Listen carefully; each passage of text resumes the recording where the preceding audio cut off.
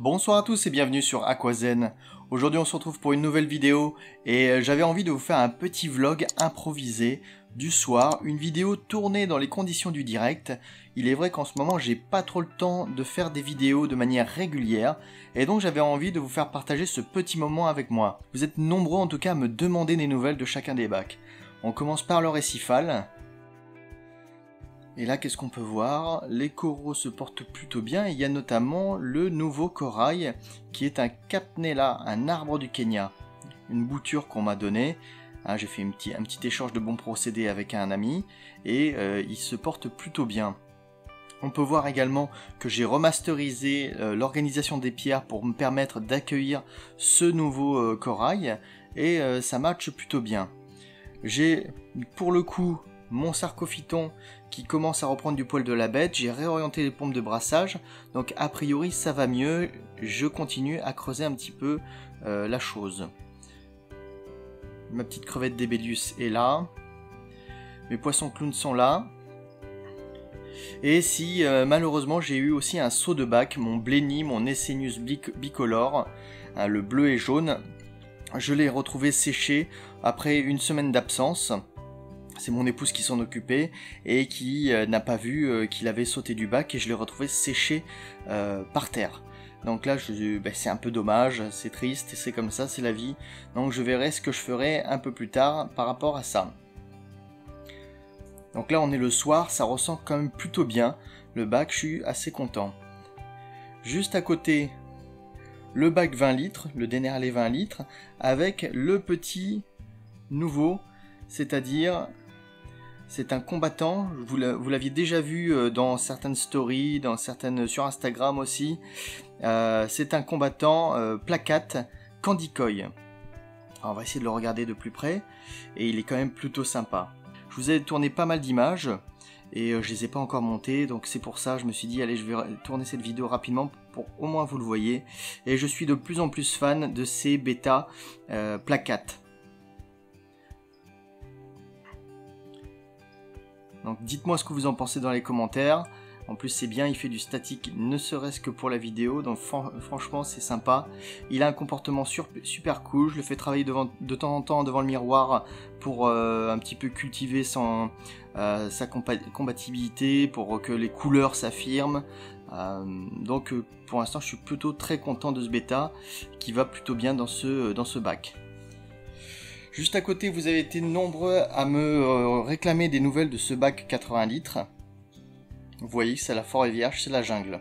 Alors peut-être que les dernières fois, je ne sais pas si on en avait parlé ensemble, je vous avais dit que, je fais la mise au point, que la racine rendait un petit peu des saloperies. En fait, j'ai trouvé le moyen. J'ai enlevé tous les escargots mangeurs d'escargots que j'avais, les Anopotomelena, et donc du coup, j'ai pu introduire des planorbes. Des planorbes qui se reproduisent à foison dans les autres bacs, hein. Et là ils ont bien grossi et ils se sont attaqués à tout ce qui pouvait ressortir de cette racine, tous les dépôts qu'il pouvait y avoir sur les plantes, et franchement maintenant c'est nickel. Donc là je suis super content de l'évolution de ce bac, c'est super. Il y a toujours mon Bandoras Bora Galaxy. Mes Apistogramma, le mâle avait été martyrisé par la femelle, donc il est décédé. J'ai transféré mon petit Kili jaune, qui était le seul survivant, parce que ces femelles ont fait des sauts de bac. Donc du coup, c'est un peu lui le dominant dans ce bac-là, du coup. Qu'est-ce qu'il y a d'autre? Des Corridoras. Et puis on est pas mal. Et puis beaucoup de plantes. Donc franchement, c'est un régal cet aquarium. Il va falloir que je fasse une taille bientôt. Mais depuis que j'ai réglé aussi ce problème de pollution, on va dire, mais les plantes profitent beaucoup plus. Mon petit bac de 10 litres avec mes Kili Clown. Alors je sais pas si on va les voir là parce qu'il faut, pour les filmer, c'est vraiment pas évident. Sans compter qu'ils sont vraiment tout petits. Kili Clown qui cohabitent avec des crevettes Red Cherry. De toute façon, je vous renvoie à ma dernière vidéo qui portait sur le sujet où on les voyait très bien. Il y a toujours un mâle pour 2 femelles. Vous êtes nombreux à me demander où est-ce que je me suis approvisionné. Pour tout ce qui est vivant, je me fournis dans mon animalerie locale, c'est-à-dire Animal & Co de Niort, avec qui j'ai un très bon contact et qui sont vraiment super sympas. Et je leur ai tout simplement fait une commande et ils ont été plutôt sympa de réserver au cours de leurs différents approvisionnements chez le grossiste d'un trio de Kili Clown. Donc vous également, avec votre animalerie de référence, essayez de faire pareil si vous n'en avez pas de disponible. Voilà un petit tour de la fiche room. Allez, un petit bonus. Qu'est-ce qui est encore allumé? Ici, on a les petits bébés gecko léopard. Alors j'en avais déjà eu 4 précédemment, qui ont déjà bien grandi et que j'ai revendu par le biais de petites annonces. Et là, il y a les bébés. Alors où est-ce qu'ils sont les deux? Là, vous voyez par exemple, hop, il y en a un qui sont nés il y a à peu près 2 semaines. Donc il y en a un ici et puis l'autre qui est un peu plus loin de la boîte à mu ici, qu'on va pas déranger. Hop, je lui remets sa cachette. Donc ils ont déjà commencé à manger, l'un plus que l'autre. Celui que vous voyez, il mange pas beaucoup pour le moment. Donc je surveille pas mal, on verra ce que ça donne. En tout cas, c'est super sympa quand même, la reproduction des gecko léopard. Je pense que ce sera les 2 derniers de cette année. Qu'est-ce qu'on a d'autre? Ici, là j'ai mis mes 2 femelles dans un bac de transit. Pourquoi? Parce que je suis en train d'aménager un nouveau bac où j'ai changé le sol du terrarium. En gros, je mets le même sol qu'à côté, qui est de l'excavator. Donc là, c'est en train de sécher. Alors là, c'est les 2 trucs blancs, ce sont pas des œufs, hein, ce sont des ballons de baudruche qui sont gonflés. Et une fois que le tout sera complètement rigidifié, dur comme de la pierre, il n'y aura plus qu'à, péter les ballons et ça fera des cavernes naturelles, dirons-nous. Donc là, il faudra encore quand même 2-3 jours avant que ce soit complètement sec, je pense, parce que j'ai quand même pas mal humidifié le sol pour pouvoir le façonner comme je le souhaitais. Et ici, allez, un petit bonus, rien que pour vous. Alors, de quoi s'agit-il? Il s'agit de phasme bâton. Alors le nom de l'espèce, je ne l'ai pas encore en tête. En fait, ici, on a 2 phasmes. Une femelle qui est devant nous, là, la verte, et un mâle qui est bleu et marron. Voilà, ils sont déjà presque à taille adulte, dirons-nous.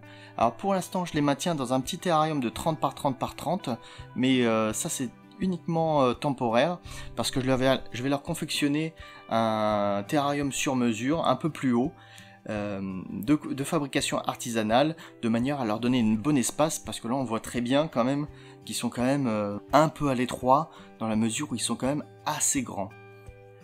Donc voilà, et ce terrarium, j'ai... ça y est, une petite idée enfin de ce que je vais faire avec, mais ça c'est une surprise. Là ici, ça tombe bien, ça s'est éteint, il y a le projet Duo Clear 40, les 2 aquariums côte à côte, vous pouvez le voir, qui ont été confectionnés, le cycle est terminé, il va bientôt y avoir l'introduction de vivants à l'intérieur, et donc la vidéo, dès que j'ai le temps, de l'aquascaping de ces 2 bacs, je la montrerai. Et là, juste pour vous donner un petit aperçu, je l'ai placé sur une planche en bois, ce qui fait que là je vais pas le faire parce que là j'ai qu'une main de disponible. Et bien j'ai conçu l'aquascaping pour pouvoir observer ces 2 bacs dans la profondeur, mais je peux également pivoter cette planche pour pouvoir mettre plus en avant un aquarium ou l'autre. Donc c'est quand même assez sympa. J'avais envie de faire ça et que je pense avoir réussi. Ce que je vous avais pas dit également, là, dans ce meuble là, j'ai recyclé un ancien meuble qui va me servir en fin de compte de rack d'élevage. En fin de compte, ici en bas on a toute la partie insectes, élevage de grillons pour mes gecko léopards, blattes et vers de farine. Donc en gros, le but étant d'être à peu près autonome dans la production d'insectes pour éviter que ce soit trop coûteux. Donc là ça vient de s'éteindre, la partie reptile, il nous reste la partie aquario, et on va finir là-dessus. J'espère que ça vous aura plu. En tout cas, si c'est le cas, n'hésitez pas à mettre un pouce bleu, à vous abonner à la chaîne.